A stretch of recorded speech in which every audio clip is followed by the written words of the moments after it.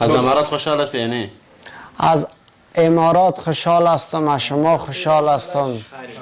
شما ما را دارین، ما شما را داریم. اگر کدام گناه کرده باشیم پیشتان کم هستیم. میگم ما غریب پرده غریب، همه حق داری، حق تا ببخش. انسان خاک میشه، خاک از انسان است. خدا و راستی دینمی هر جای بیری یک درد سر است. همین 2 روزی که نبودی خدا میتونه مشکلات ها رو والا عمر صاحب 2 روز یه همکار تا باید جان هستی کلاگر نظامی میبینه سخی جان مادرتان خبر در نیست 2 روز که نبودی چی مشکل دیدی؟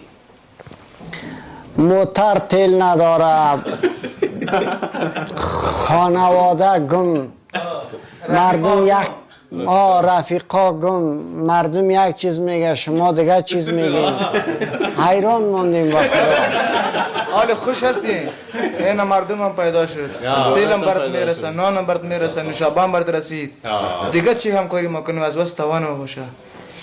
از واسه توان این همه قدر میرسه که اونمو غلام سخی باشون یا بعضی چیزهای دیگه.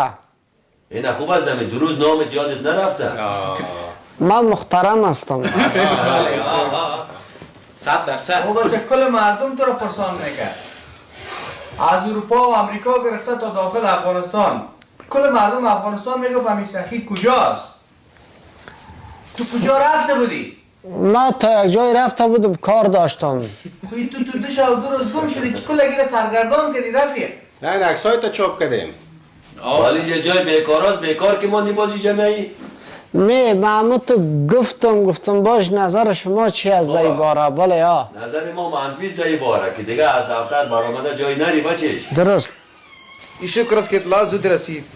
فهمیدی اطلاع زود رسید این سال ما مجاهدین ما با همکاری مولوی شیخ عبدالواحد ما در سحر در جیلان کردیم، گشتیم خانه به خانه، کوچه به کوچه تلاش کردیم سخی جان ما پیدا کنیم.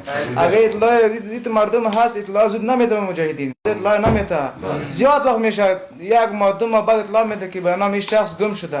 باز ما کوشش میکنیم بعد از اون که کوشش میکنیم که این شخص پیدا کنیم به هر نام که باشه. از سخی جان اطلاع ما بسیار زود رسید و بسیار زود پیداش کردیم. بالاخره به دفتر تسلیم کردیم. شما به خانه دیر بخیر و سلامت برسید. خیر ببینید.